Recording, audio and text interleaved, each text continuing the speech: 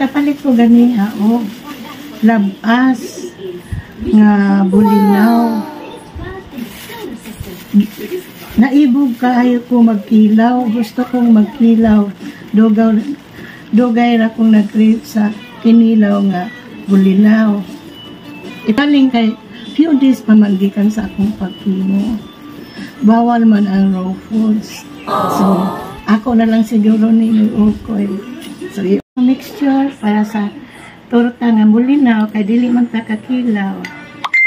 Gisagulan ko lang ni duha ka itlog, then spring onion, kanang sibuyas ng dahonan, gitimplahan akong asin, wa na ako gibutang paper kay mukhaon ra ba akong mga apo, basig halangan sila sa paper. Gibutangan po na ako flour o cornstarch.